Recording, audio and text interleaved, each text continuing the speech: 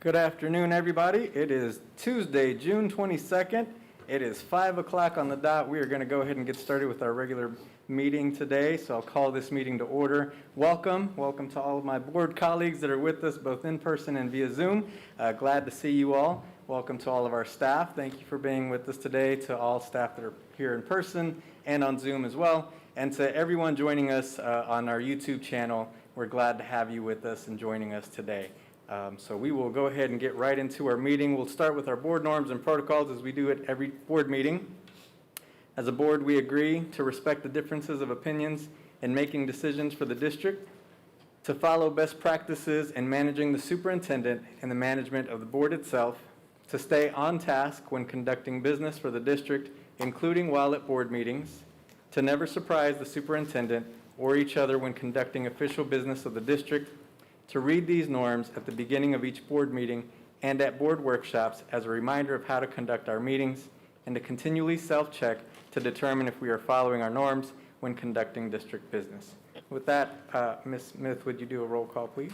Yolanda Clark. Yolanda Clark, present. Maxine Drew. Maxine Drew, present. Janie Humphries. Janie present. Randy Lopez. Randy Lopez, present. Wanda Brownlee Page. Wanda Brownlee Page, present. Dr. Nguyen. Dr. Yeager. Dr. Yeager, present. Thank you. Thank you. Now I would entertain a motion to approve today's meeting agenda. So moved. Second. Moved and seconded. Ms. Smith? Yolanda Clark. Yolanda Clark, yes. Maxine Drew. Maxine Drew, yes. Janie Humphries. Janie, yes. Randy Lopez. Randy, yes. Wanda Brownlee Page. Wanda Brownlee Page, yes. Dr. Nguyen. Dr. Yeager. Dr. Yeager.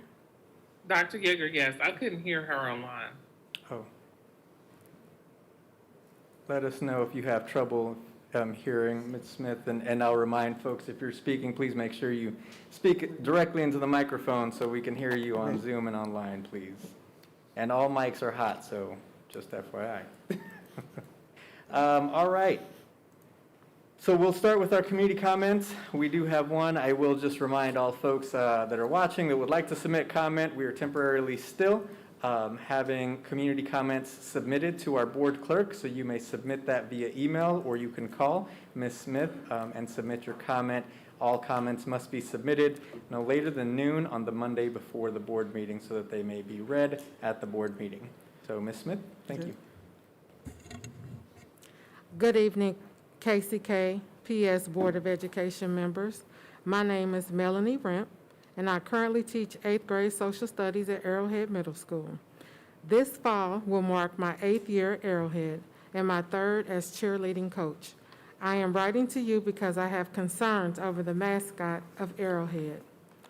Thursday, June 17, 2021 was celebrated as National Mascot Day.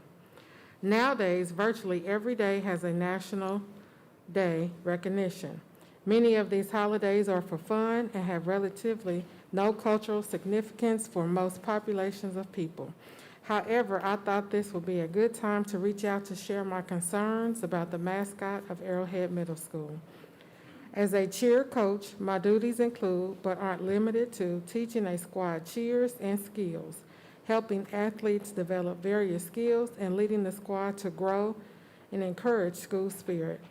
The latter requires teaching the squad various chants and cheers for games and for other events. Most cheers require saying the name of the school mascot, and I believe Arrowhead needs to have a change mascot. Arrowhead's mascot is the Apaches. The Apaches are an American Indian tribe whose homeland are in what is now the southwestern United States. There is also an Apache tribe that calls Oklahoma home due to forced relocation in the 1860s. The appropriating use of Native culture symbols and tribes degrades and dishonors Native identities. This is exampled by the Kansas City Indian Center statement on mascots. The American Psychological Association has determined that these representations also undermine the ability of Native nations and people to portray themselves accurately as distinct and diverse cultures. and that stereotypical images are a dominant culture's prejudice representations of a racial and ethnic minority group. Urging the U.S. Secretary of Education to take substantive action regarding schools with native sports stereotypes, NCAI Resolution ATL-14-011, October 26-31, 2014. A majority of Native Americans in the United States do not support the use of Native identities as mascots, and therefore I believe it is inappropriate for Arrowhead to continue to use Apaches as a mascot. The use of American Indian mascot is based on a racial stereotype that do not honor American Indians. I've seen several images across the district that perpetuate those stereotypes in reference to Arrowhead's mascot. When I was in 3rd grade, my school changed our mascot from Indians to tornadoes. I remember how involved students and the community were in this process. It was exciting to feel like we were a part of history. Changing Arrowhead's mascot could and should be a community event where everyone can have a say in a new mascot. Recently, Shawnee Mission North changed their mascot from the Indians to bison, and I think USD 500 should follow their lead and change Arrowhead's mascot from the Apaches to a mascot that all students, teachers, and community members can be proud of. Thank you for your consideration and action. Thank you, Ms. Smith. Mr. Covington, would you please make note and as practice, as we do with practice, to make sure we reach back out to anyone that submits comment. Thank you.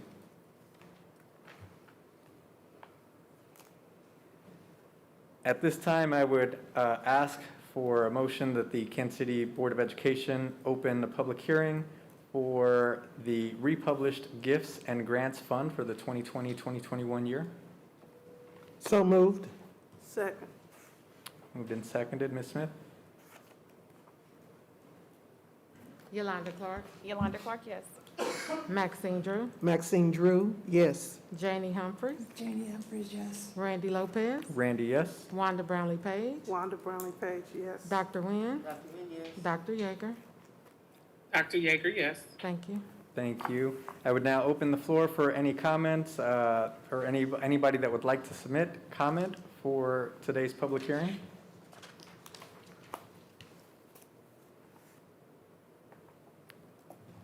Seeing none and hearing none at this time, I would entertain a motion to close the public hearing for the republished Gifts and Grants Fund.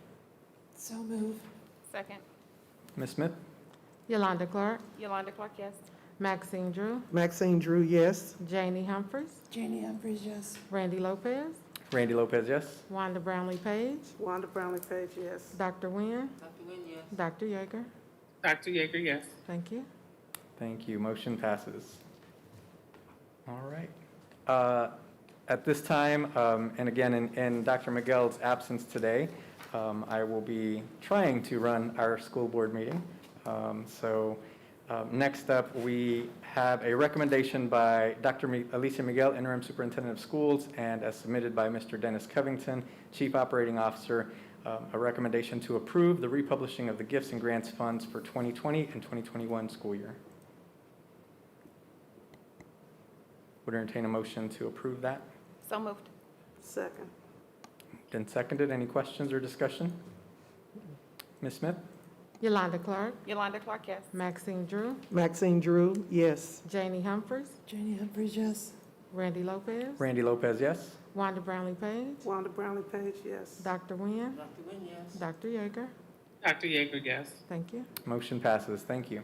Mr. Lopez, did you guys actually approve the item on for the public hearing? You went into the public hearing, came out, did you actually approve it? Yes, isn't that's what we just did, right? Did you? Was that your motion, Janie? Just Thank making sure you actually approved the item as opposed to just coming in and out of the session. Yes. Okay. Thank you.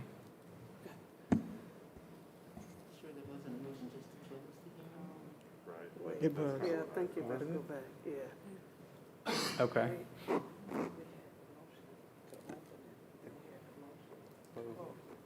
then we need to have. But I don't think you took an action to Okay. approve it. All right. I think. My mistake, see? Thank you, Mr. Goheen. So I would entertain a motion as submitted by Dr. Alicia Miguel, Interim Superintendent of Schools, and Mr. Dennis Covington, Chief Operating Officer, that we approve the republishing of Gifts and Grants Fund for 2020-2021. So moved. Second. So moved and seconded. Further discussion? Okay. Ms. Smith? Yolanda Clark, Yolanda Clark, yes. Maxine Drew, Maxine Drew, yes. Janie Humphries, Janie, yes. Randy Lopez, Randy Lopez, yes? Wanda Brownlee Page, Wanda Brownlee Page, yes. Dr. Nguyen, Dr. Yeager. Dr. Yeager, yes. Thank you. Thank you. Motion passes. So we will now move forward, and I will invite Ms. Tammy Ramstad to the podium as she has recognition of spring sport athletes. Good evening, President Lopez and members of the board. Good Tonight, evening. I'm here to recognize our Kansas City Atchison League spring sports athletes. You're not going to start, not yet. Okay. Our spring KCAL sports consist of girls soccer, baseball, boys and girls track and field. In addition, we have limited schools competing in girls swimming, boys tennis, and softball. I would like to commend our student athletes and their coaches tonight for not only competing during the pandemic with evolving mitigations, quarantines, and remote learning, but also for braving sports in the spring with a year that's been very cold and very wet outside. Their perseverance, their strength of character, their resolve should be commended and celebrated. Collectively, they competed in 199 competitive events from March 23rd through finishing with the state track meet in Wichita on May 29th. Since our board meeting is still restricted attendance, we'll recognize our spring athletes with a video rather than in person. I would like to give special thanks to Sharita and Chris Jackson for their work and creativity in recognizing our student athletes' league accomplishments for the 2021 spring sports season.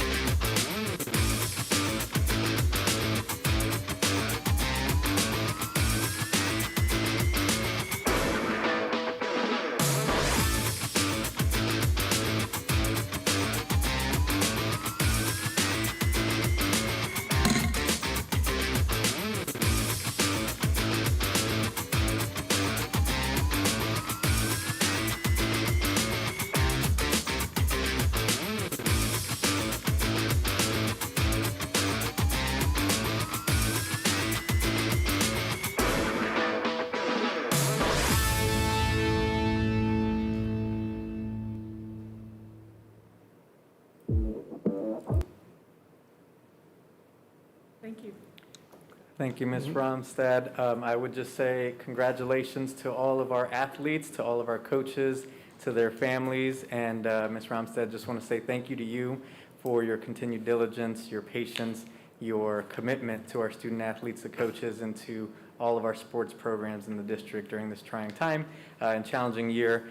You have always advocated for the best for our student athletes and our coaches and for the district's athletic programs. So just wanted to say thank you. After a difficult year, I know it has been on everybody, but just wanted to say thank you to you as well. And I think Ms. Drew had something you wanted to Yes, share. I just wanted to say thank you also. It's been a trying time, and we've been trying to do everything we can for our students and the staff as well. But I just wanted to personally say thank you to you for the work that you have done, because you have brought them to the point where they can continue and play sports. All righty, thank you. Appreciate it. Thank you. All right, we will continue with the agenda. Next up is our communications, and as noted, Dr. Miguel is out today. She has a couple of communications that she's asked to share, so I will do so.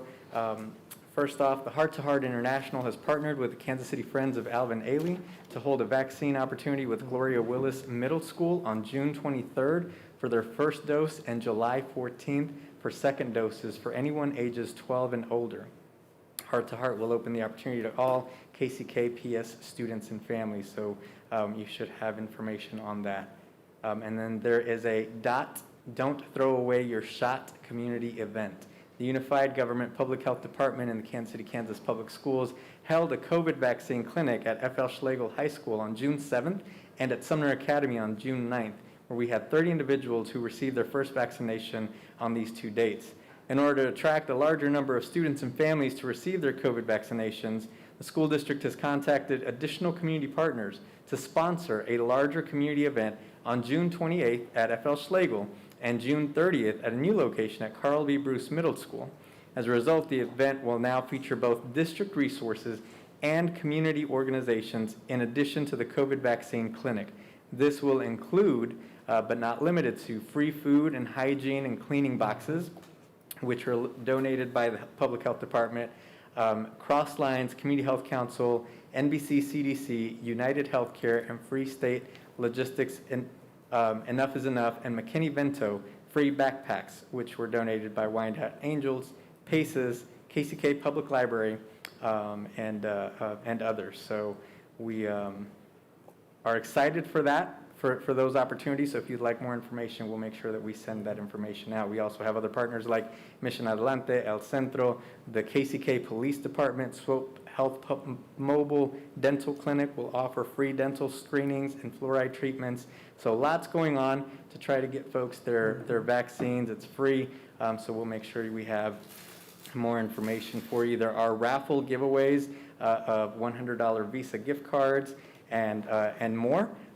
So if we can get more folks registered and vaccinated at our events. So those come from Dr. Miguel. I didn't have too much to share today except that we continue with our summer school. It continues to run. We're thankful for our teachers and staff and students, families during the summer school program and the summer meals program. That is continuing to run as well. And as we finish up the month of June, again, we just want to thank Dr. Alicia Miguel for stepping in as interim superintendent during this past academic year. She's done a marvelous job. I know we thanked her at the last board meeting while she was here, but just wanted to remind us and thank her again for her service. She's not going anywhere. She's still staying with the district, but just wanted to thank her for the great work she's done. And I also want to welcome Dr. Anna Stubblefield, who officially begins as our next superintendent of schools on July 1st. So we're really excited to have her and looking forward to her leading our district. I know she's been in the building several times to meet with staff, so hopefully you've all had an opportunity to meet with her, and she'll be continuing to meet with folks, so we're really excited for that. That's really all I have. I know Dr. Nguyen has some communications you'd like to share as well. And thank you, Mr. Lopez. I have two, please. One, the KASB board had a meeting in Salina, a 6-hour meeting on June 12th, and the first 3 hours dealt with a report from Commissioner Randy Watson about this past legislative year, things that had come before the board. I'm sure you read about the discussion of exchanging items of curriculum. Also, surprisingly, and he said kind of surprisingly, that critical race theory came up in the state board. And of course, they had to reassure folks from other communities that Kansas did not have critical race theory in any of its teachings. But surprised that it even came up because he too doubted those who criticized knew anything about it. The other half of the meeting dealt with the board's planning, designing an equity mission statement that will be then fleshed out by the board members and then presented to each district. But there is a rollout because out of 286 districts, while some like Kansas City or Wichita have the demographics that we do, others don't. So that was a long meeting, but it was productive. The second item that I'll share with Ms. Drew, and she mentioned, we attended the Advocacy Institute and online, met with staff of Sharice Davids, Representative Davids, Senator Moran, Senator Marshall, about the, and I'll just mention the one piece of legislation, the infrastructure. The pending infrastructure legislation has a lot of provisions, if it is passed, that can, that school districts can apply for, seek funds from, and you know, we're talking basic infrastructure, which would including building of buildings, but it has to pass first, and then of course provisions are detailed, but that was half of the exchange with their staff of what the school districts need, not so much what COVID did, we've already had that conversation, but that telling them details of what does USD 500 look like, what does it need, and what provisions in the legislation can we use. And so it was very early and late, but still that was the role of this Advocacy Institute to advocate for the school districts to our federal delegation. So I'll pass the baton to Ms. Drew. Just wanted to mention that it was focused mainly on trying to get adequate funding for our students in various areas within each school district. And as Dr. Nguyen stated, recognizing, acknowledging that there are some other school districts who are not being able to meet the requirements that is necessary, like what we have with computer connection within our schools. And so just want to encourage the community to be aware of it and know that we're going to try to do the best to make sure that our students are going to be able to reach their goals in being able to be successful. Thank you. Thank you, Dr. Nguyen and Ms. Drew. That's it, thank you. Any other communications from board members? All right, thank you. Okay, next on our agenda, I would invite Ms. Carol Levers to the podium for an update from the Kansas City, Kansas Public Library.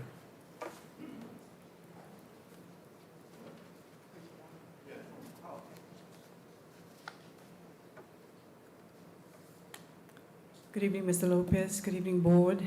I don't know where that is. Okay.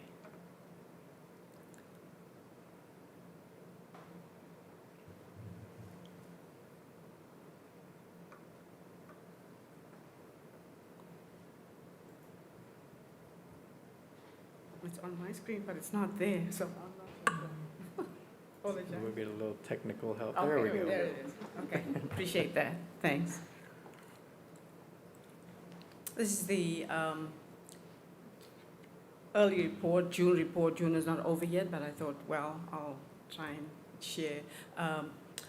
a little bit of what's happening in June. Our statistics, as you can see, we've signed up an additional 126 patrons, and of course our services. In reading and entertainment, 11,000. Database searches was 10,461. Our database session was 843 people signed on into our databases in May. Our curbside, we're running both curbside still. There's a lot of people that feel curbside is the best because they've been doing it for the past year, and we continue to do that because that's what the requests were. And our branch checkouts, we decided just to put them together. The total checkouts for all the branches, 31,439 items, and we've placed 5,368 holds for our patrons. Our summer kickoff started June 7th, and usually we have individual branches have kickoffs for our summer reading, but this year we decided to just have one kickoff, and we decided to have it at the Boulevard Drive-In. We had a special author, and that was Representative Sharice Davis. We got her books for her. For every person that attended the kickoff, received a copy. She was there to hand them out as well. We had 748 people attending.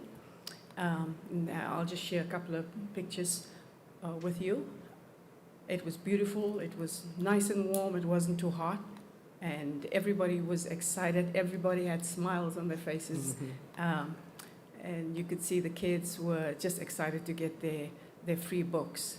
And of course, our LEOs were there to serve us. And we have Senator Petty, who's also the president of the Wyandotte County Wyandotte County Library Board, and of course, Ms. Drew and Ms. Humphreys was there as well. There she is.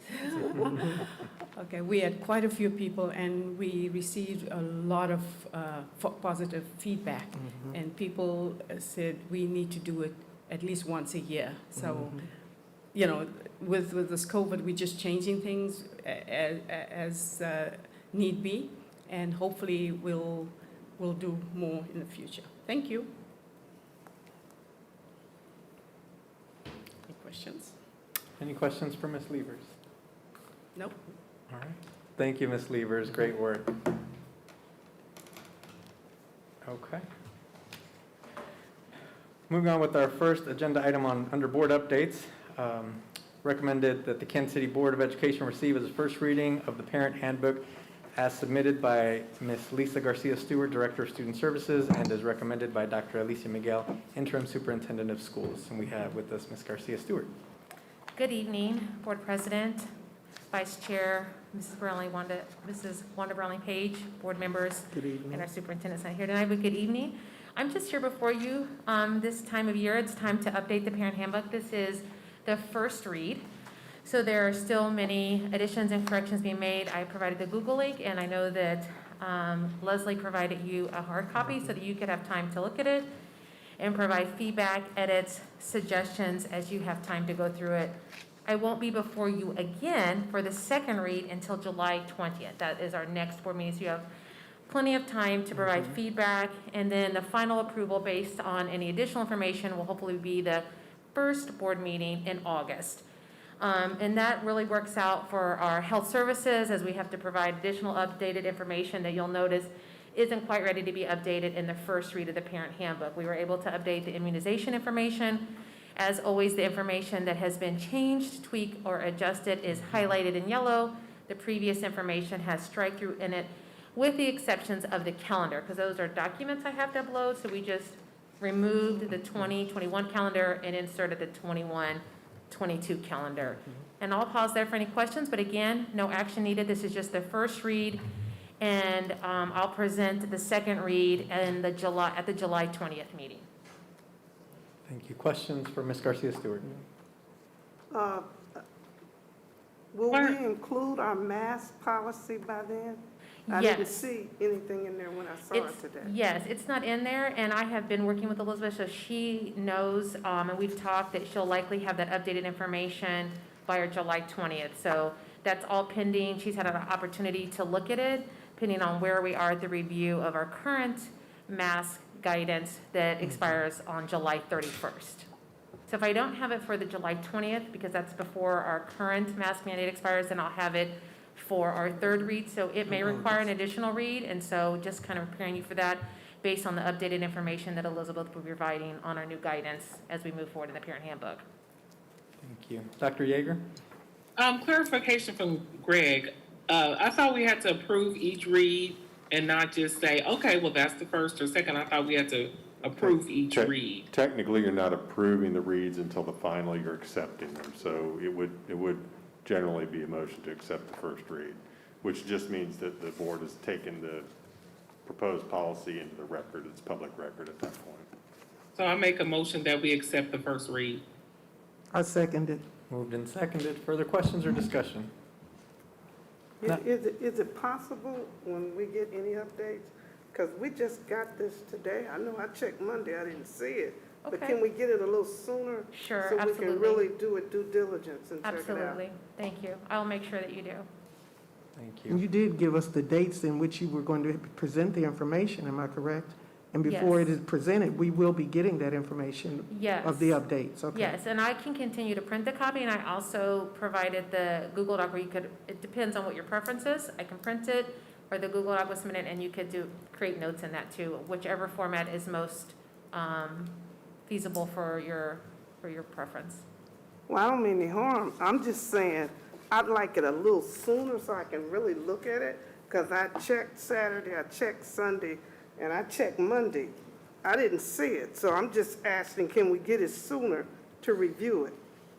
The printed, Mrs. Rowley page? or No, the what hard- you okay, had here. Okay, Because sure. when it came out, I only saw the first thing you were Sure. gonna focus on. I didn't see the second. Okay. And I'm just saying, can we get it Yes, a little ma'am. early to look at it? Absolutely. Can we get access to the Google Docs like we had last time? Yes. Okay, I think that will help because then we'll be able to see the changes as it's updated, correct? Yes, ma'am. Yes. All right. Thank you. Thank you. Other questions? Okay, Ms. Smith, roll call vote, please. Yolanda Clark, Yolanda Clark, yes. Maxine Drew, Maxine Drew, yes. Janie Humphries, Janie Humphries, yes. Randy Lopez, Randy Lopez, yes. Wanda Brownlee Page, Wanda Brownlee Page, yes. Dr. Nguyen, Dr. Nguyen, yes. Dr. Yeager. Dr. Yeager, yes. Thank you. Thank you. Thank you, Ms. Garcia Stewart. Okay, next, it's the recommendation of the Kansas City Board of Education accept as an informational item the spring assessment update as submitted by Dr. Ben Price, Interim Director of DERA, and as recommended by Dr. Alicia Miguel, Interim Superintendent of Schools, and we have Dr. Price with us today.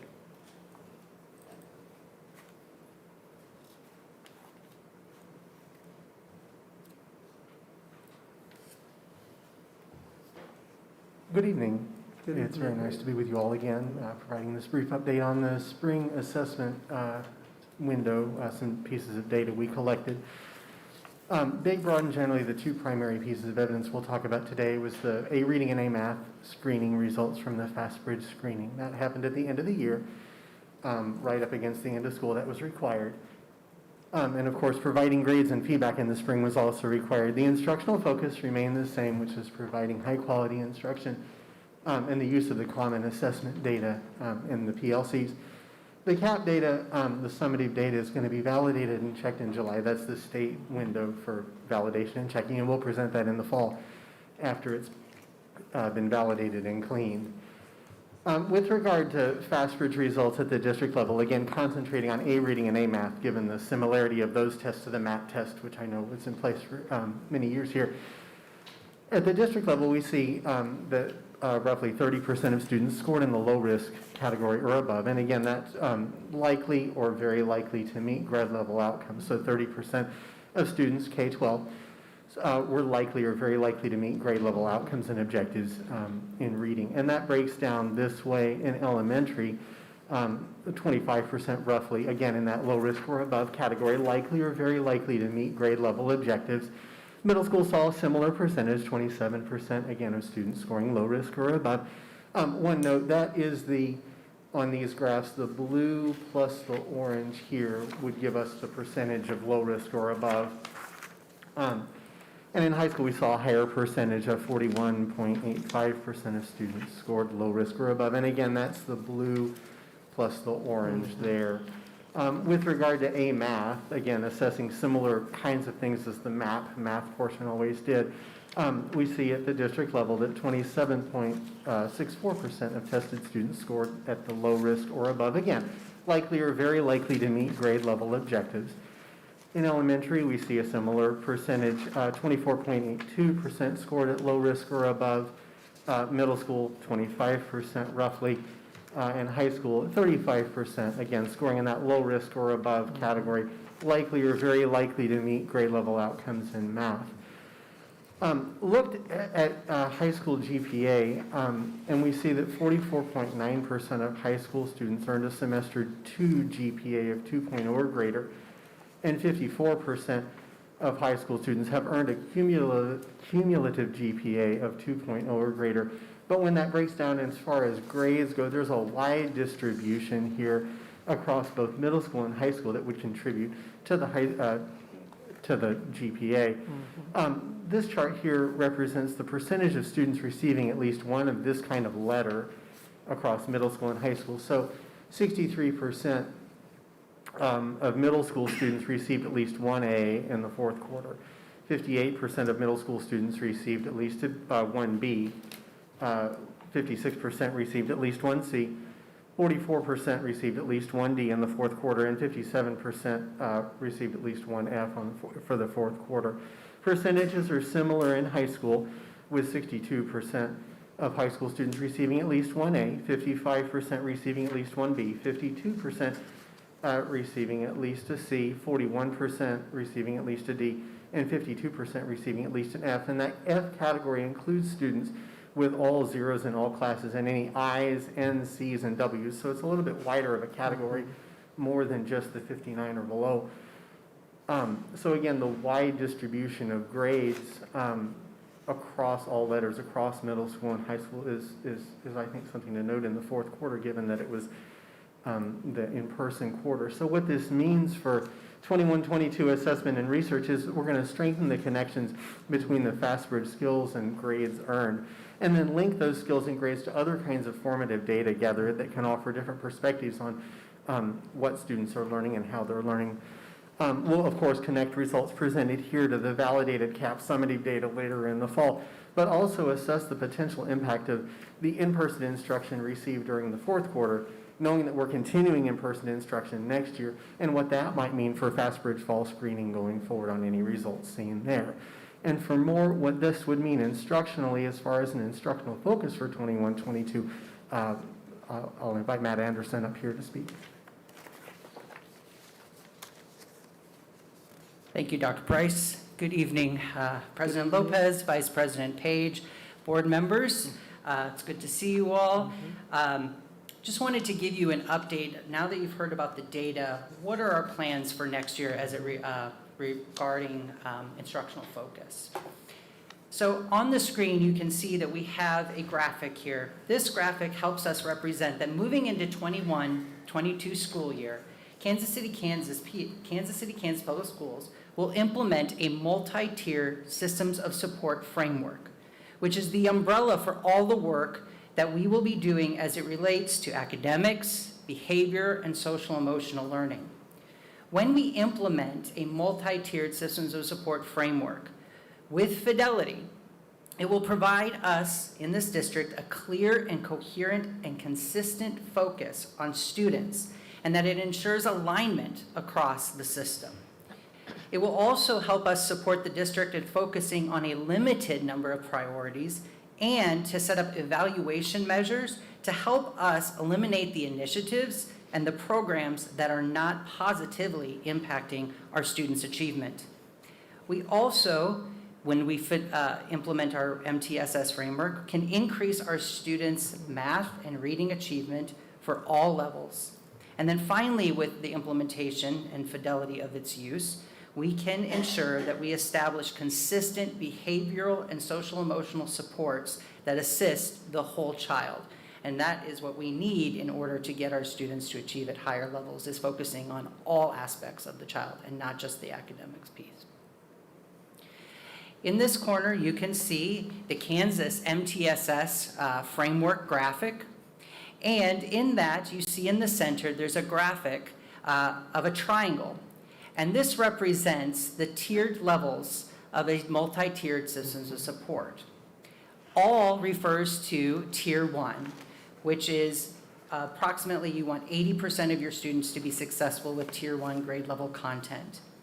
Some is Tier 2, which is about 15% of your student population would fit into this section, where they're going to need some sort of intervention. And then a few, being approximately 5% of your student population, may need intensive interventions to meet grade level standards. Again, our ultimate goal is that we could have 80% of our students at that Tier 1 level, or being successful at that Tier 1 level, which would equate to kids being at the college pathway and that low risk level. As you can tell from the data that was just presented to you, we know that this is not the case.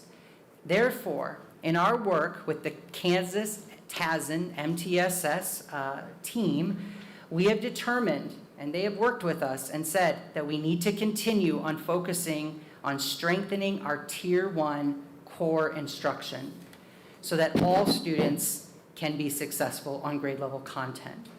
So how does that happen?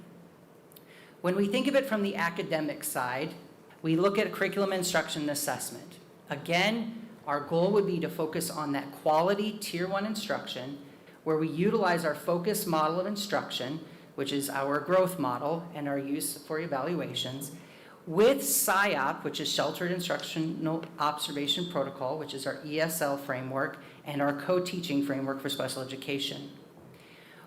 We will ensure that there is use of district-provided guaranteed viable curriculum documents and the curriculum resources that are evidence-based and approved by the state of Kansas. We also need to ensure that we have culturally relevant and inclusive and sustaining practices that are in place. When we think about literacy, that'll be another one of our big focuses, and we have been identified by the state of Kansas as a district that could benefit from LETRS training, and so we'll bring more information to you about LETRS training later, but we do need to continue to focus on the science of reading and our structured literacy within Kansas City, Kansas Public Schools. And then finally, we're going to be implementing a district comprehensive assessment and data plan, which will include the Fast Bridge assessment, which you've seen the data for, the CAP interims, and then some other assessments that will help us identify if our students are at risk for not meeting grade level standards. When we do this, we need to take time to analyze that assessment data and to make the best data-driven decisions that we can as a system. Again, focusing on the whole child, not just the academics, we need to focus on the behavioral and social emotional side. When we do that, we need to ensure that it's embedded throughout the day and that SEL is not just a time of the year, or it's not just once and done. We need to ensure that we embed that work throughout our curriculum and instruction practices. We will continue to utilize our trauma-sensitive and resilient schools work. I believe they just finished up with their final cohort, so all of our teachers and schools have been trained in this work. Again, we do have evidence-based curriculum resources for social emotional learning, and that will be a district expectation is that people are using those so we can teach our kids the necessary skills to be successful. And then again, knowing that culturally relevant, inclusive, and sustaining practices is not just on the academic side, it also sits in our behavioral and social emotional learning side. So as we think about our work into 21 and 22 and beyond, these are our areas of focus so we can, again, increase our student achievement. And that is the end of the presentation. And if there are any questions for Dr. Price or myself, we'd be happy to answer them. Thank you, Dr. Price. Mr. Anderson? Ms. Page? Is it possible to get grades for K-5? You presented the grades for secondary for 1 quarter? And is it possible to get that for the elementary level? I'm not asking you to do it tonight. I'm just saying, is it possible? I wrote a note down and we can get that for the board. And then is it possible to get the first, second, and third 9 weeks grade? And I realize COVID, what was going on, but just to see. That's what I would like to see. I have that note down. Thank you. Mr. Anderson, I'm curious on how testing is presented to the students. So I'm not sure of the message or how it's delivered. Sometimes that impacts how seriously you take it or what you really want to do. So is there a consistent way that testing is rolled out, or how is that handled? There isn't a specific way that we roll out the testing in the district. We do train all of our teachers on the testing protocols that they have to follow. But building to building, they have ways that they engage students to get them ready for the state assessment. Okay. I'm just thinking about kids and their mentality and how do we influence them to do their very best. I received some feedback from students. They didn't know their test results were going to come home. So their response was, I just checked something. I didn't realize how serious this was. And so those things impact the numbers that you're giving us. Dr. Nguyen? Thank you, Mr. President. Help me understand what GVC stands for again? Guaranteed Viable Curriculum. Okay. And did I understand you saying district expectation? Yes. So then the question is there a monitoring system to ensure usage? That's our goal this year, is to ensure we are going to hold our principals accountable to ensuring that the use of the curriculum resources is in place. And how will you do that? We will use a walkthrough tool, and we will identify when we walk into classrooms, you can identify, are the teachers using the guaranteed viable curriculum and the resources. And so help me understand, this has not been done before? It's always been in our guaranteed viable curriculum, but the usage of the resources has been a little more autonomous across the district. And so as part of our work with MTSS, we are putting in a few tighter parameters. Okay, and did you say we are, or we will plan to use science of reading? We are in the process. We are doing the trainings on that from the state. Our resource currently in 4.5 does follow the science of reading. And then Darcy has mentioned that we will be purchasing a comprehensive reading resource that will be the science of reading and structured literacy. So we are working with our teachers now. If we could get the letters training in, that will give us a deeper planning and understanding around structured literacy and the science of reading.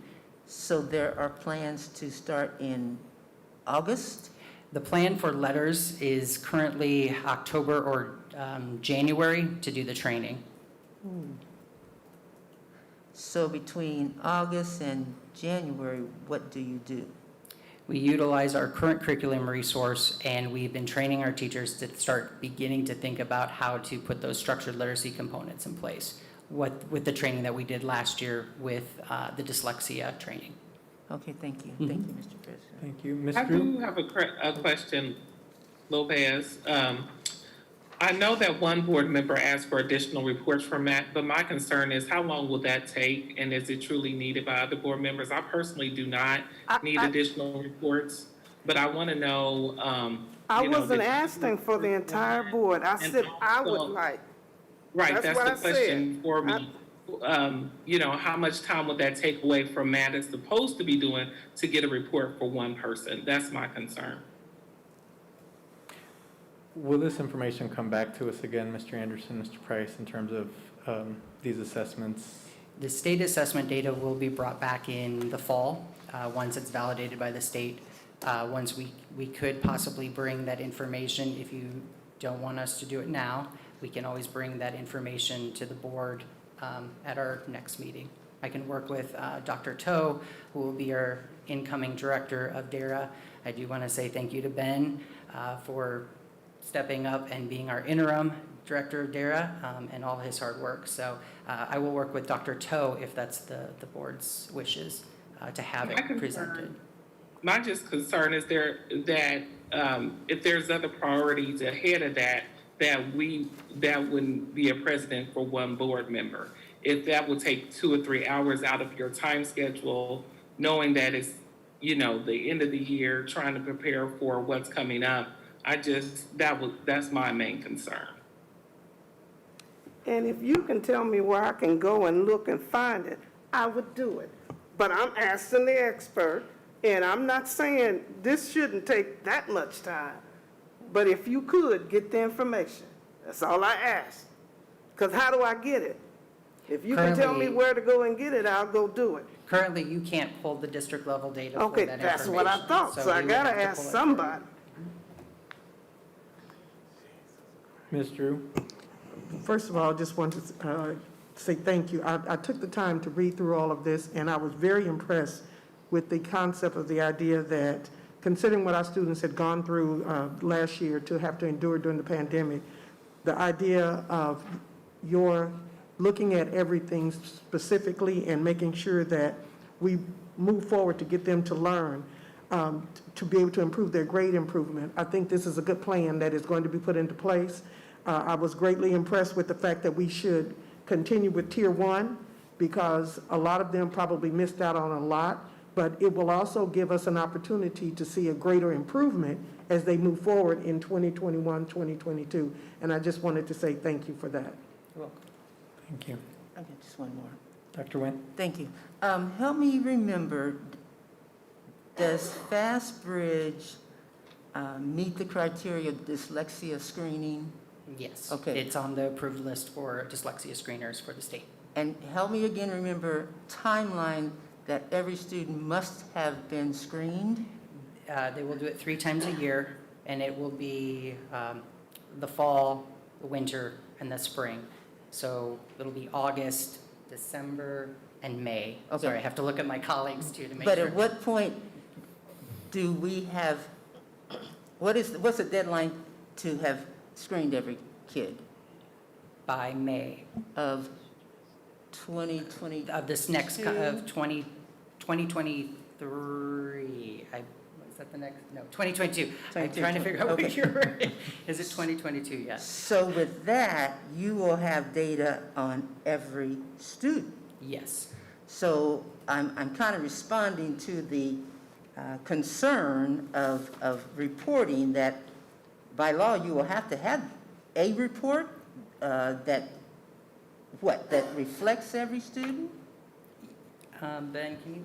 I don't remember the language of the law. When do we have to have all? The state is going to require universal screening Correct. 2020, 2021, 22. And this tool meets that Correct. criteria, so And- we've already got that done. Yes, exactly. As far as school reporting to the state, right now, current guidance is that they only want kindergarten, first and second grade scores, but that could change. Okay. And likely might. So we would be on the lookout for just changing guidance as far as what they would want as far as for their reporting Okay, guidelines. but right now, this is aggregate data, but you have Yes. grade level. Yes, So it's just a matter of pulling up, printing out. exactly. Okay. Exactly. And could you go back just to the first slide? I think our packet is maybe flipped, because what's your first slide? I'm sorry, first data slide. Oh, yeah. K-12 reading. Okay, no, I'm wrong. Thank you. Thank you, Dr. Price. Mr. Anderson? Thank you, board.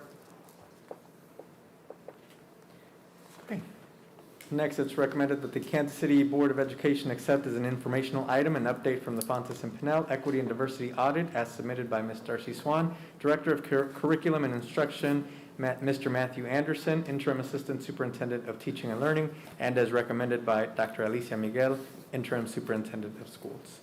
Ms. Swan. Good evening, President Lopez and Board of Education.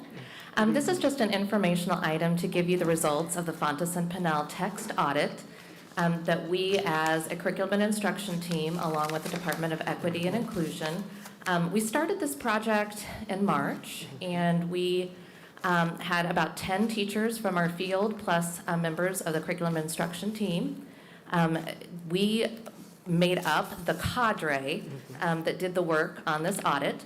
And the goals of the audit really was around how, we really wanted to brainstorm, how are we going to start shifting practices in our district for planning for and instructing around various texts, recognizing that bias appears in all writing.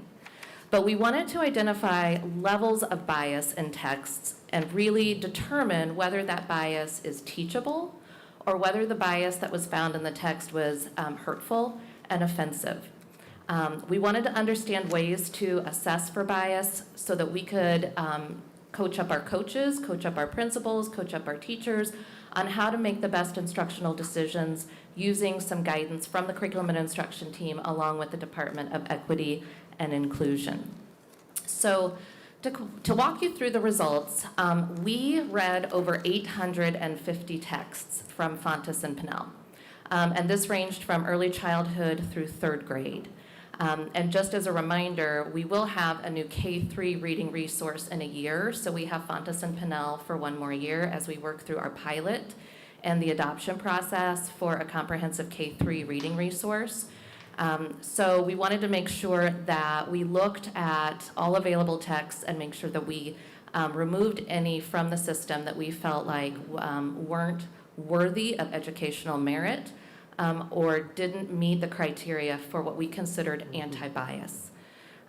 So we had lots of texts at each grade level. You can see those texts listed there for you in terms of the numbers of texts per grade level that we read. We had a rubric, which I will share the rubric with you shortly. And the rubric went to a score of 8. And we felt like a 7 or 8 was pretty much a rock star text. We really didn't need to do anything with that. An overall score of 6 was going to, we were okay with that given the way the rubric was written, but we ended up going ahead and taking those 6s to a second read just to be sure. And then if a rubric came back with a 4 or a 5 or a 0 in any category, we were going to take that to a second read to make sure that we weren't missing something or we were having deeper conversations about what flagged that text in the first place. So as you can see, overall we had, 93% of the texts at early childhood were pretty much right on par. We had about 13 texts at early childhood we needed to take to a second read. As you look at kindergarten, we had a little bit more we wanted to take to a second read. First grade only had 8 texts that went to a second read, 4 at second grade, and 12 texts at third grade. So again, what we did was we shuffled the texts among the cadre. And so I might have read a text I didn't read during the first read, and then I would score it again using the same rubric.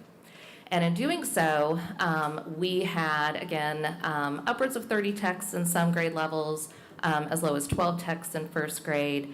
And after using our same protocol, we found that any text that had a 4 or a 5 total score on the rubric or a 0 in any category, we were wanting to do a deeper dive into, and we actually took those to a third read.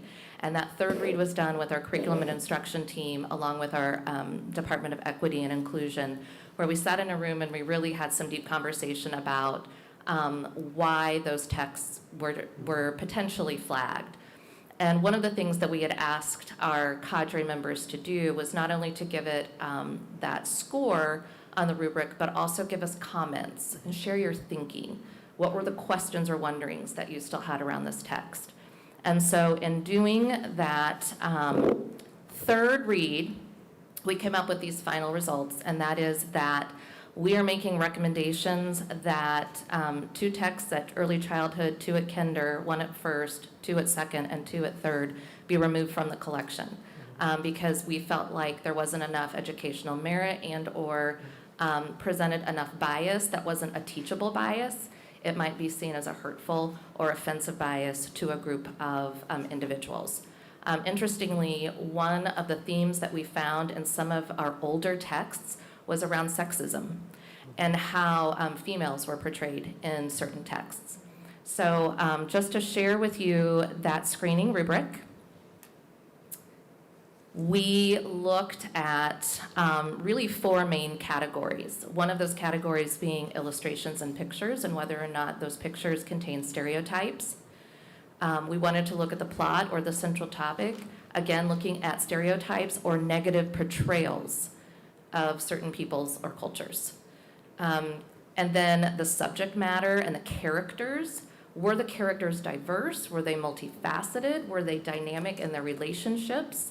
What were the family structures like? What were the lifestyles like? To make sure that we are meeting the needs of the students that we serve in terms of what I like, Kara Martin gave me the language of windows and mirrors, and making sure that what we're providing for our students in terms of relevant text provides those windows and mirrors. And so we really wanted to be mindful of the characters. And then language and the terms used were not offensive or provided connotations that, in our mind, were either racist, sexist, or dehumanizing. And so that was really the rubric that we used. I want to give a shout out to our equity team because they gave a great professional learning to our cadre members just simply around the language definitions, making sure that we understand when we talk about stereotype or we talk about dynamic relationship, what does that mean and what does that look like in text? And they took us through some examples so that we could calibrate around just our thinking and our understanding of how to use the rubric. And so this is work that we want to continue this year with our cadres through curriculum and instruction. We want to make sure that this level of professional learning gets to the teacher level, to the administrators, to our instructional coaches, because this really is about changing the way that we are planning for the instruction of text and making sure that PLCs are having that deep dive conversation either as grade level teams or content teams at secondary around the text that we're using with our students. So the titles that we are recommending not be used for direct instruction, these titles, along with two that we had previously pulled from the collection, are listed. These will be posted in our GVCs that Matt talked about, our guaranteed and viable curriculum documents. Those are our curriculum maps that our teachers use to plan and instruct with. And so we want to make sure those are posted, and we also will do our due diligence in working with, again, our coaches and our principals in the level of work that we engaged in, because at the end, we did some anecdotal feedback with the team, and the team said this was some of the best professional learning they'd engaged with, and not just because it wasn't a sit and get kind of professional learning, it was getting your hands dirty and getting into the text and having deep conversations with colleagues. And that's where they felt like the level of learning just really increased for them. So I really feel like this work was very impactful. And we will continue this work with any resource that we adopt moving forward. And as we move into looking at our pilot materials, we will utilize the same rubrics and the same language and the same process for making sure that we are providing those windows and mirrors for our students.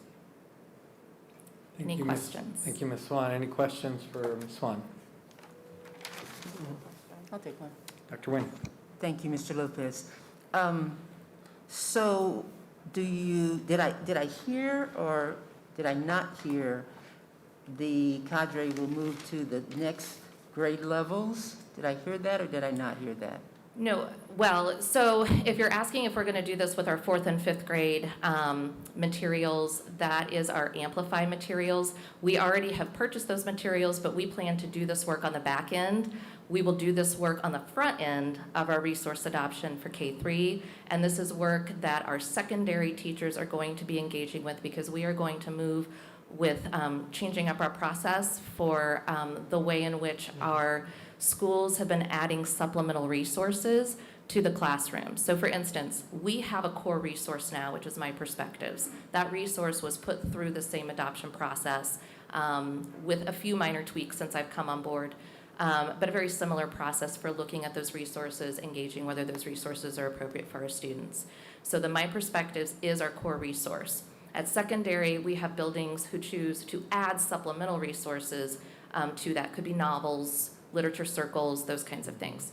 We are putting in a little bit of a tighter process for when a building wants to use something outside of our core resource, they're going to have to fill out a sheet that really explains what are the objectives, what's the rationale, what are the standards, what's the literary merit, what are the awards, why should we be teaching this?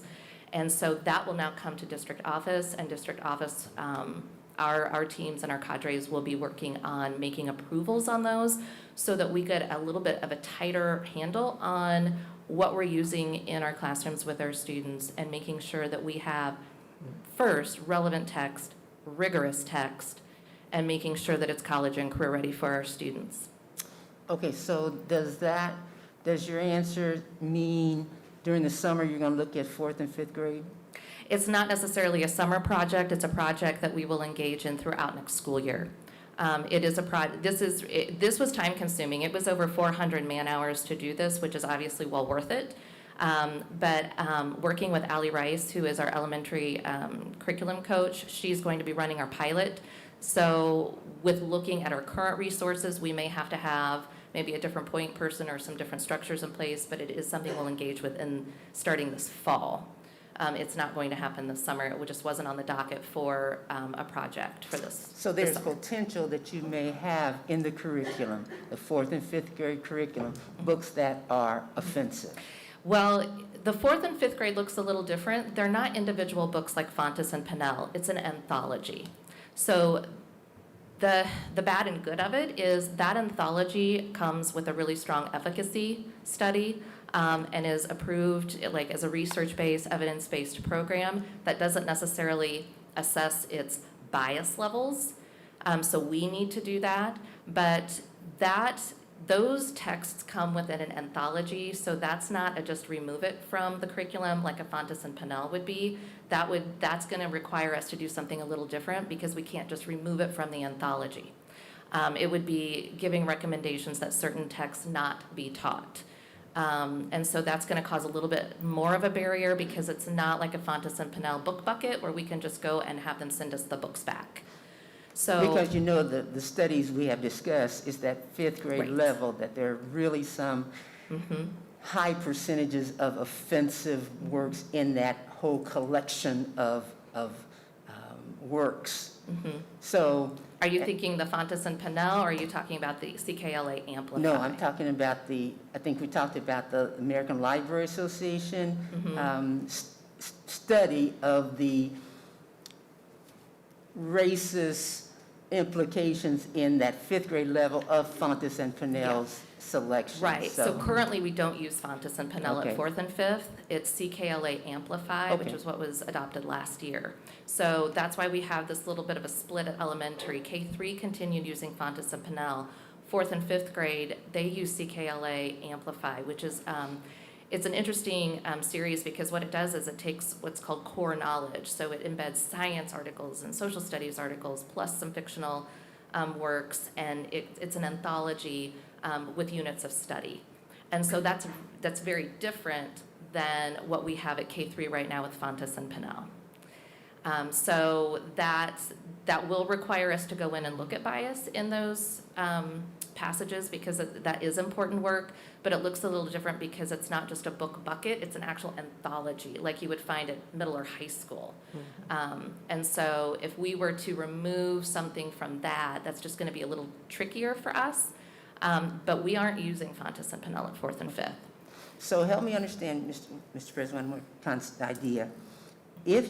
Help me understand, what did you say the delay is in moving into another 4th and 5th grade levels? In addition to the man hours? Yeah, to do the work, right. So we'll need to put new cadres together this fall because this work that we were doing with the K3 work, we worked through June to get that done, from about March to June. So when we pick back up with teachers in August, we'll need to rebuild our cadres with 4th and 5th grade teachers, and we'll need to then do their professional learning and get this same kind of project started with those like grade appropriate teachers. So what is needed? Additional funding? Yeah, or? well, we can use our extra duty line item in our curriculum budget to do that, and then we'll just have to get it approved for the hours that it will take for the cadre to do that work. And are you would it be similar to what you've already done? Yeah, it's going to be really similar to what we've already done, just a different resource. But I think we can reuse the rubric and we can reuse our process because it worked really well. So the real question is, if Mr. Lopez, we were to choose expanding this, we would know how much it costs to put additional funds in the budget. So that's the Yeah. real question. Yeah, absolutely.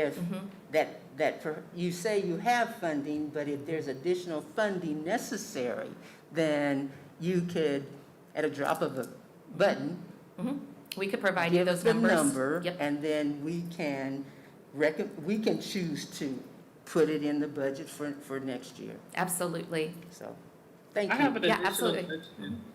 Dr. To Abrams? piggyback Thank you. off of that, there have been some parents who asked how they can be more involved in helping select some of that educational material. So what opportunities do our community have to look at our text, to be able to review some of that materials, to get a lens from the parent's perspective?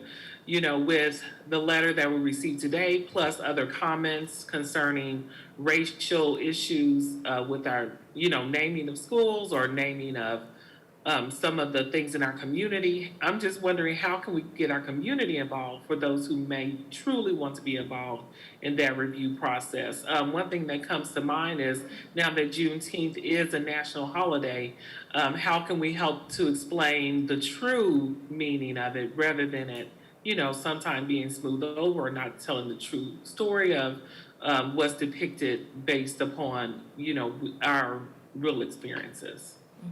No, that's a great question. So when we're looking at adopting new materials, we do have a process where we open it up to the public to look at those materials and to provide feedback. We can even show them the rubric that our teachers are using and giving feedback on, and we plan to do that for our K-3 comprehensive reading program because we definitely want the public to give feedback on that. For the social studies and the world language, we did a virtual open house, if you will, with the resources where community and parents could just log into the Zoom and be a part of that presentation. Obviously, anytime a parent has a question or wants to take a look at our adopted resources, they can contact the curriculum and instruction team, and I keep those resources in my office, and I would be happy to sit down and show parents and talk to parents about what our resources entail and walk them through the process we're using for adoption, walk them through the process we're using for looking at text. I think what really came out of this conversation around the anti-bias rubric is making sure that this is something, it's a tool that our teachers need to be using when they're planning in their professional learning communities, or if I'm just planning a lesson on my own, or maybe with my coach or my co-teacher, my special education teacher, that we are thinking through these lenses of the character, the language in the text, the plot in the text. Because again, the cadre really spoke to, it was almost like job-embedded professional learning, just sitting down with colleagues and engaging in the conversations and using the rubric. That's really what we want our field to be doing, to make sure that, there are some texts that have bias that's teachable. And as Kara Martin said, we need to be teaching to those biases and really helping have deeper conversations. But then there are just some biases that are hurtful and offensive and have no educational merit, and we need to safeguard our students against those texts. And that was really the work that we engaged in. Thank you, Ms. Swan. Excellent information and discussion board. Thank you. Thank you.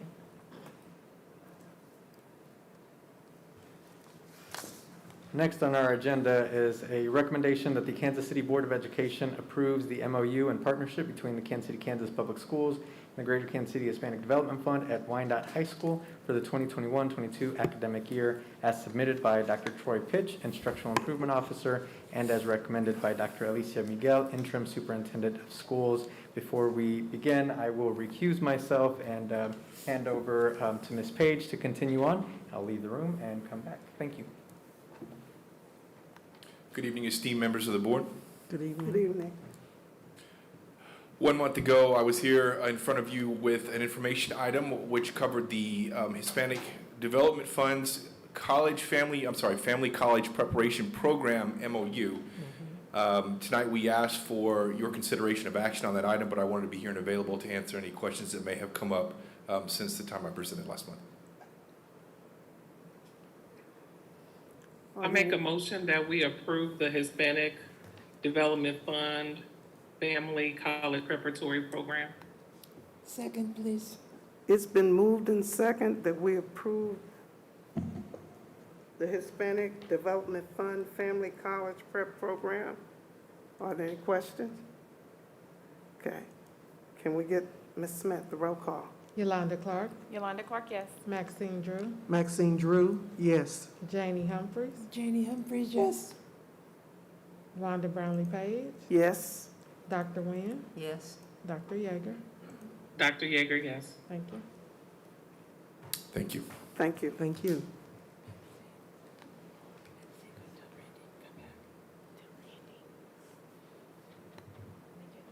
Drew.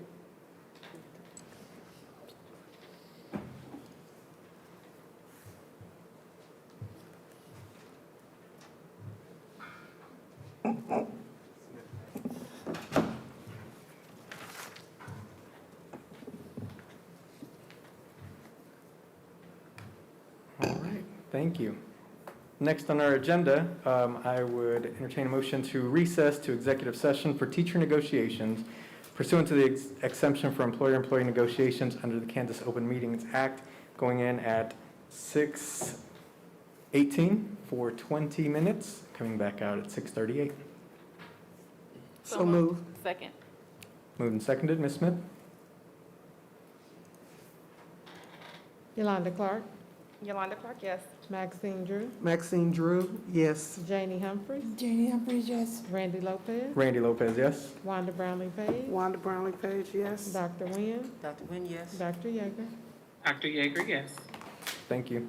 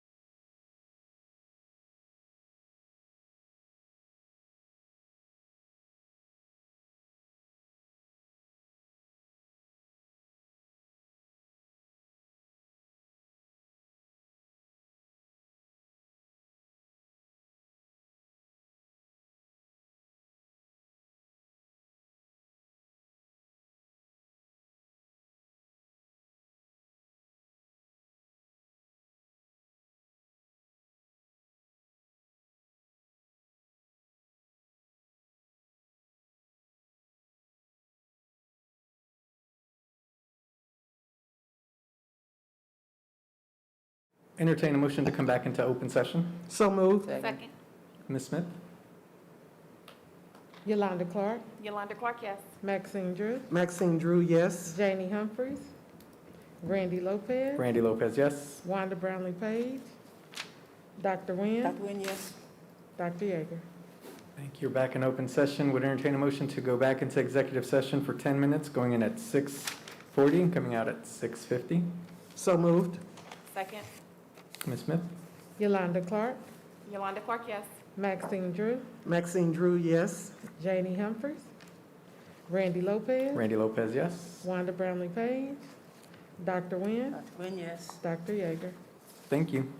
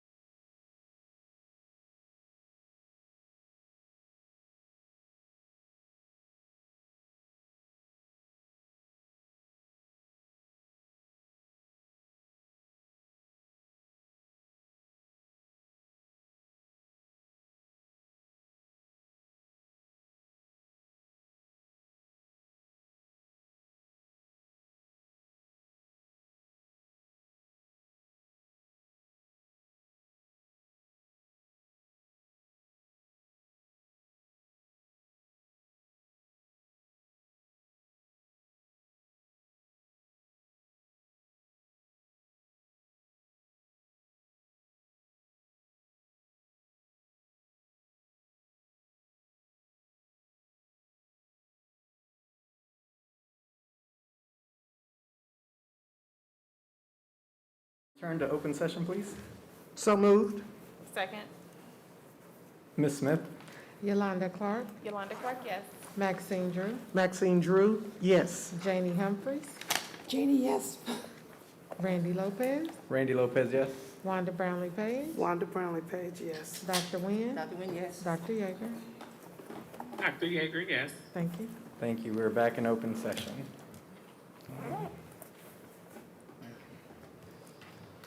All right. Next on our agenda, recommendation that the Kansas City Board of Education accept as an informational item the proposed 2021-22 budget overview as submitted by Mr. Dennis Covington, Chief Operating Officer, and as recommended by Dr. Alicia Miguel, Interim Superintendent of Schools. And we have Mr. Covington with us this evening. Good afternoon, Mr. Covington. Good afternoon, esteemed board Good members. evening. Tonight, I'm gonna bring you the up-to-date proposed budget for the superintendent's plan for success, including the redirects and total budget to balance the budget in total.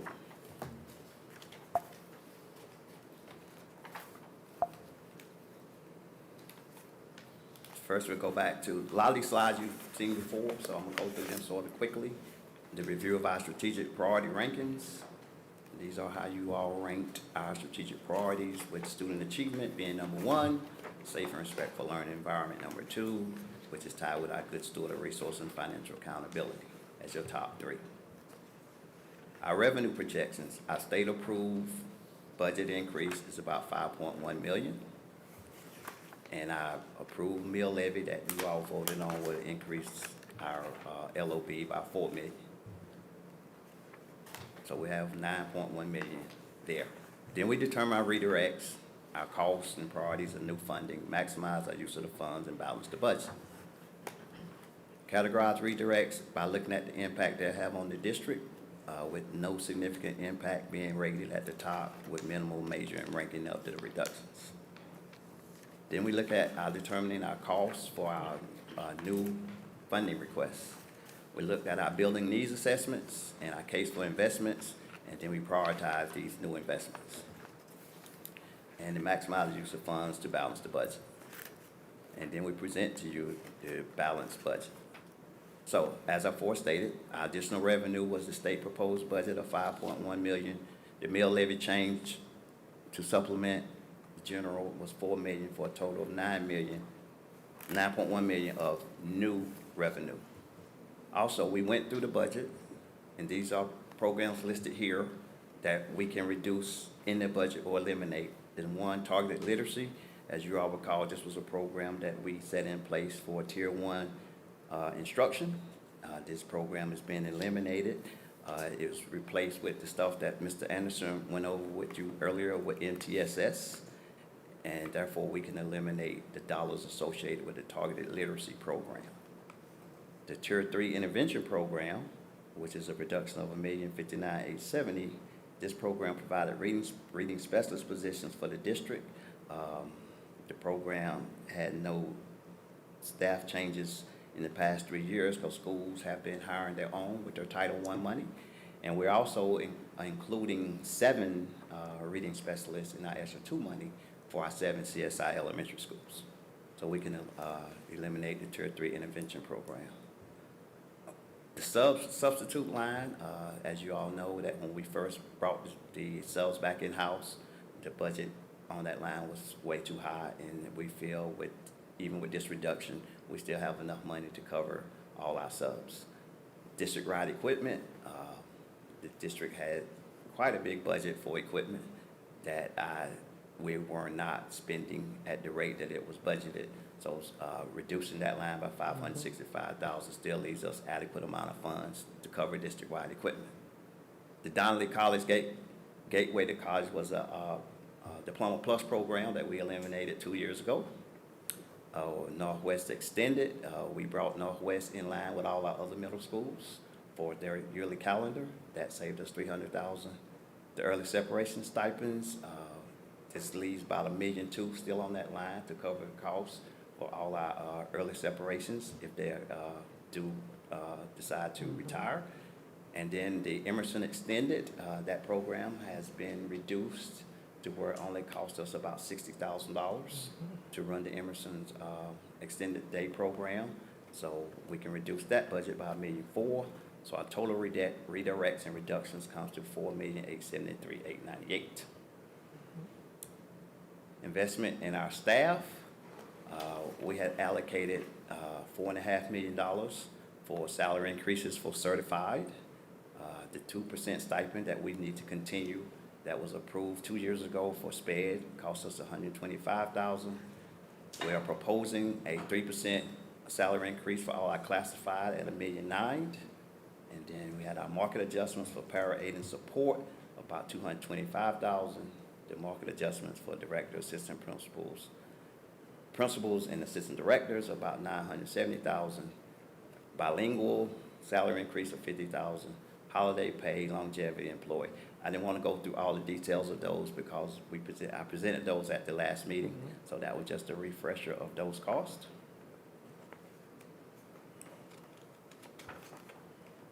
Our building assessments needs, we went through all the schools' building assessments. These are the items that came to light that we needed to help increase student achievement at our buildings. And again, these are the items I went over with you at the last meeting. With the biggest increase is our curriculum resource and textbooks of $1.5 million, adding assistant principals, 5 at the middle school level and 2 at the high school level. We're gonna add an ESL teacher to our alternative school that half of it will come from a grant, the other half we will pay, and that teacher will support all the alternative schools. We need funds to increase the priority teacher program. We're gonna add 2 instructional technology positions, one's a manager and one's a specialist. We currently do not have an instructional technology department, and that is a lacking position, lacking department in the district with the way the instruction is moving. We're gonna add a science teacher at one of our middle schools, 2 encore teachers at a middle school, 2 elementary K-5 teachers, and a counselor at one of the high schools. So the total for our building assessment needs came to $2,689,550. Additional staffing at central office. You approved at the last meeting to, I'm sorry, I forgot to change the title. It's actually the Associate Superintendent of Teaching and Learning, but it was an increase of $17,000 to make that happen. Staffing the Equity and Inclusion Department, as you remember, that was covered with our disproportionality funding. And so it expires in September, so we need to cover the remaining 9 months for the 21-22 school year, and then we will pick up the additional 3 months in next year's budget. We need to add 2 custodial supervisors to help supervise the well over 250 custodians we have in the district. We need to add a marketing specialist in our communications department, 2 positions in our HR department, and 2 positions on our help desk, and 1 instructional device manager. I also went over these positions at the last meeting, but the total comes to $723,348. Next is our sustaining operations, Diploma Plus. That's the $800,000 that we can now use our state funding to cover the cost of running Diploma Plus. We also added money for diversity and inclusion for recruitment and to support the department. And our insurance premiums, we've gotten word from our carriers that it should be an increase of about $200,000 to go across all the district insurance premiums. So our total sustaining operations is $1,050,000. So with additional revenue of 9.1, redirects of 4.873, investment in our staff of 9.5, building assessment needs of 2.7, additional staffing of 700,000, and sustaining operations, all the increases and the redirects comes back to 0, which shows that the budget is balanced. I also went over the remaining budgets with you all the last time. The capital budget, we get $10.5 million from the mill levy, and as you can see on the right is how we propose. The column on the left is 2021, the column on the right is 21-22, and I went over those changes at the last meeting. School nutrition budget is another budget that you always have to approve. I've also covered this budget at our last meeting. The public library, another budget that you have to approve, and also covered at your last meeting. And what are our next steps? We have a budget work session on Thursday. Thursday morning, 8:30 to 12:30. And we will continue going over questions and answering any questions that you all would have for the team. And we also will continue our teacher negotiations with Mr. Goheen and the union. But we need to get our budget allocation forms from the state. They had a meeting today up in Topeka. I will get briefed on that in the morning by my staff that went up there to hear what was going on with the budget. I heard there was lots of changes. So I'll be interested to hear that tomorrow when they get back. But sir, that is the presentation for tonight, and here for any immediate questions that you may have. Thank you, Mr. Covington. So just a reminder for the board, again, I know it's a lot of information really quickly. A lot of it we've seen before. Also, just a reminder, we do have the building needs assessments that were emailed to all board members. So if there are specific questions, we can address some of those on Thursday as well as the departmental budgets that we covered most of them in different meetings, but we have access to all of those as well. If you can't find them for whatever reason, please let us know and we can make sure we get those to you so that you do have access. So I know there's a lot of information that Mr. Covington presented today. We are going to have in-depth conversation on Thursday, but if there's any clarifying information or anything else that you think would be helpful for Thursday that we haven't already discussed or talked about, now would be an appropriate time to ask of Mr. Covington for any clarification or quick questions on what was presented tonight. So, Mr. Covington, if we have questions, would you like us to send you an email with the questions? That would be great, ma'am. That'll give me time to prepare the answers. Okay, I will send you one sometime tomorrow. That's perfect. Okay, thank you. You're welcome. Thank you. Other questions? I'll just, Dr. Nguyen. and again, we will have a total budget presented to us in one package, electronically or whatever, with the total of how much your proposed budget. Right. It will show by department, Mm-hmm, the total budget by department. mm-hmm. And then grand total. Yes, ma'am. Thank you. Thank you. Other questions? And again, as a reminder for our board, that meeting is this Thursday at 8:30 a.m. And please plan to hold that time until 12:30 p.m. On Thursday. That will be via Zoom. You should have received the link for that meeting already. Okay, if there are no other questions, thank you, Mr. Covington. Thank you. We'll see you all Thursday morning. Yes, sir. Did you say Zoom or in person? Zoom. Okay, so next up, we have our consent agenda. Would entertain a motion to approve tonight's consent agenda. So moved. Second. Moved and seconded. Questions? Ms. Smith? Yolanda Clark, Yolanda Clark, yes. Maxine Drew, Maxine Drew, yes. Janie Humphries, Janie Humphries, yes. Randy Lopez, Randy Lopez, yes. Wanda Brownlee Page, Wanda Brownlee Page, yes. Dr. Nguyen, Dr. Nguyen, yes. Dr. Yeager. Dr. Yeager, yes. Thank you. Thank you. Now entertain a motion to recess to executive session to discuss matters of non-elected personnel in order to protect the privacy interests of the parties involved under coma for 5 minutes, going in at 7:05 and coming out at 7:10. So moved. Seconded. Ms. Smith? Yolanda Clark, Yolanda Clark, yes. Maxine Drew, Maxine Drew, yes. Janie Humphries, Janie, yes. Randy Lopez, Randy Lopez, yes. Wanda Brownlee Page, Wanda Brownlee Page, yes. Dr. Nguyen, Dr. Nguyen, yes. Dr. Yeager. Dr. Yeager, yes. Thank you. Thank you. At this time, all staff are excused. Thank you so much for joining us tonight, and enjoy the rest of your week. See you Thursday.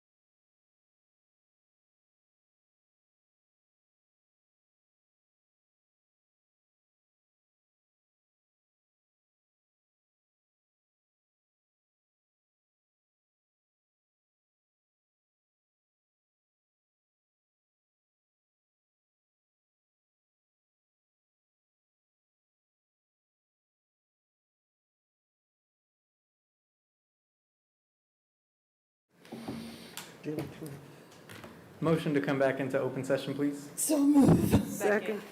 Ms. Smith? Yolanda Clark, Yolanda Clark, yes. Maxine Drew, Maxine Drew, yes. Janie Humphries, Janie, yes.